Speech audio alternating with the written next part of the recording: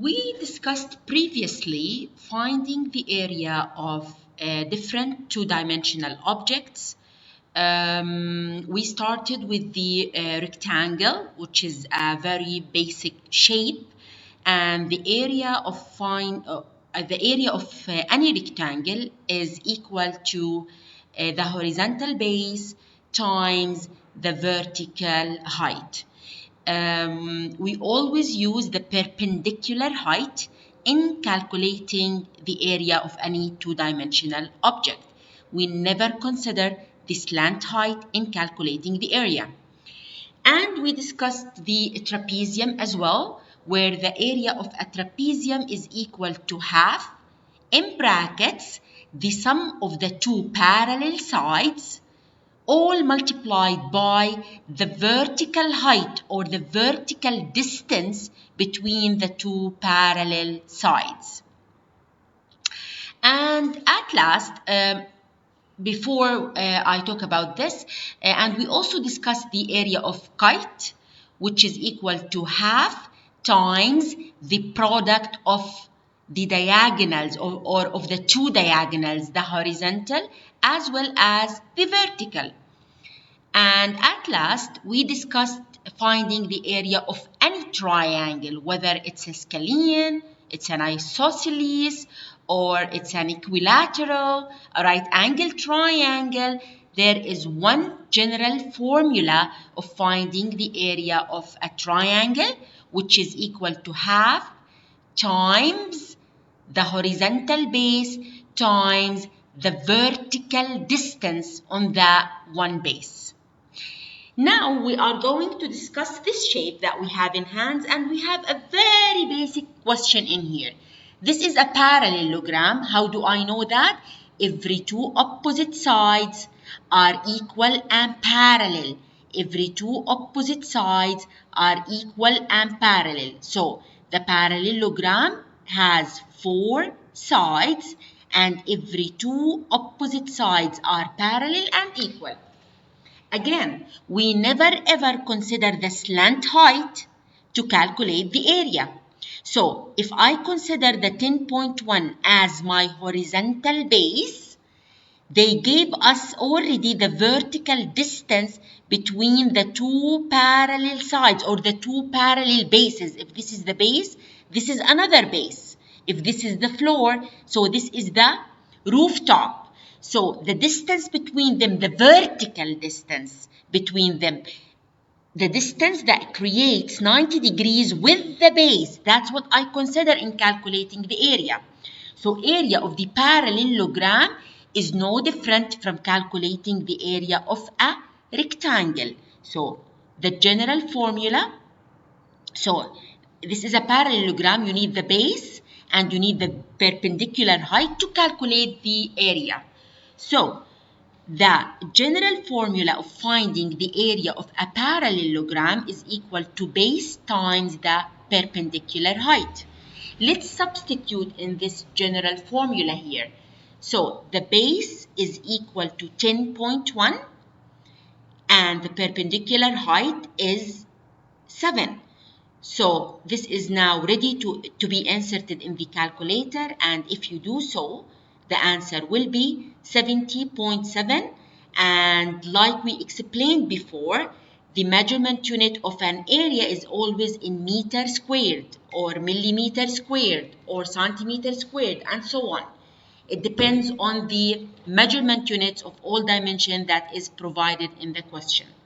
Let's move to the next question now. This is a little bit more challenging because they gave us the length of this slant height and this one as well.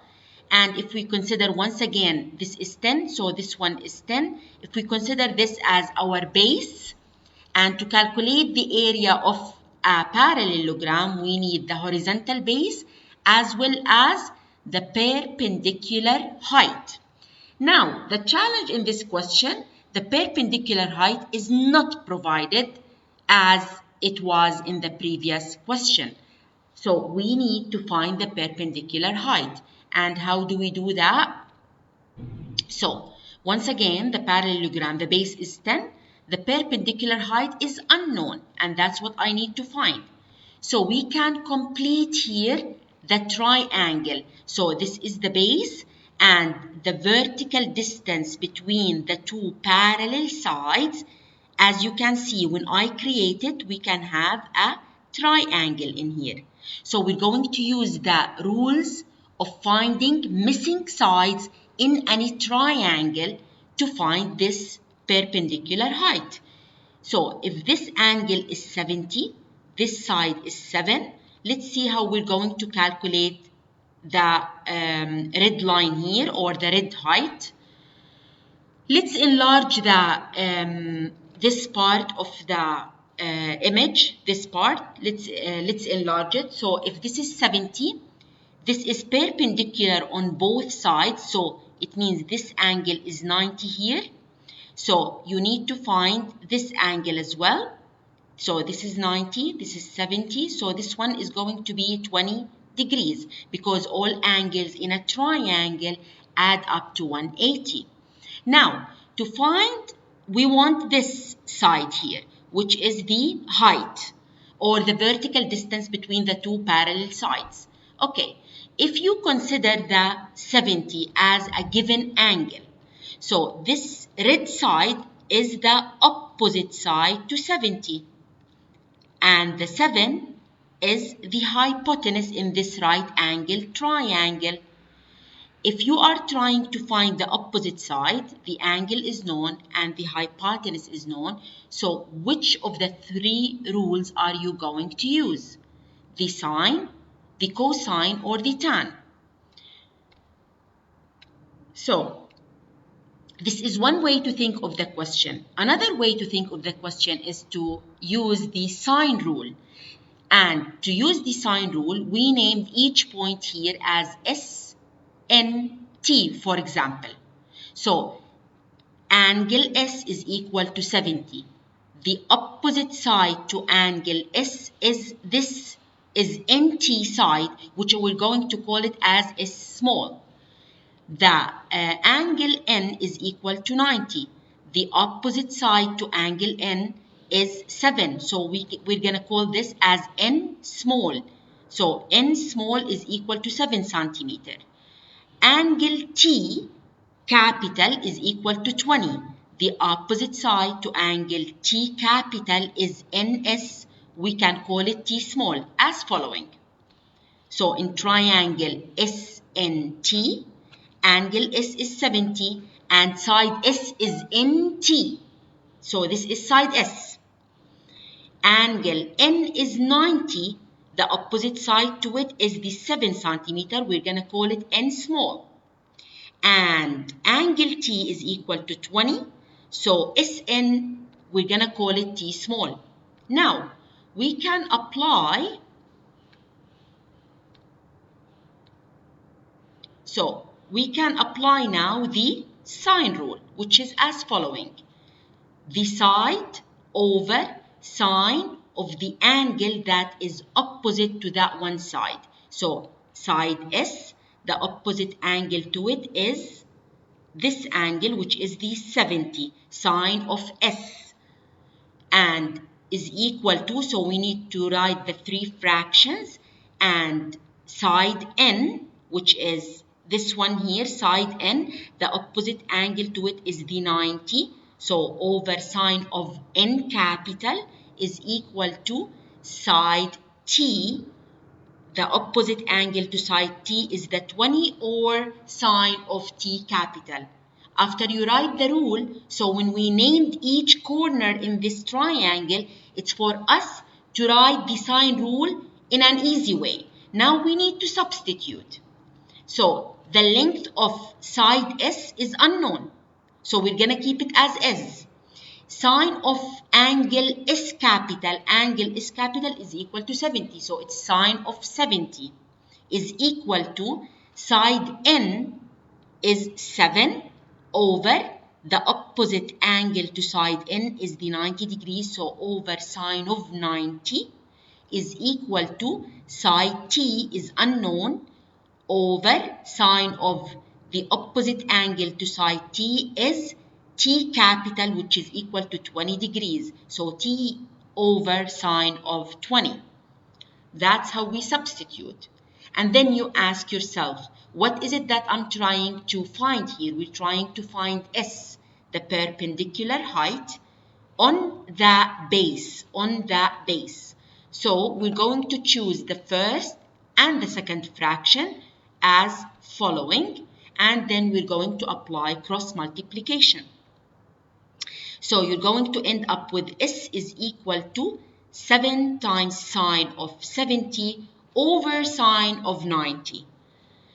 This is ready to be inserted in the calculator, and if you do so, you're going to end up with the height as 6.58, and this is correct to three significant figures.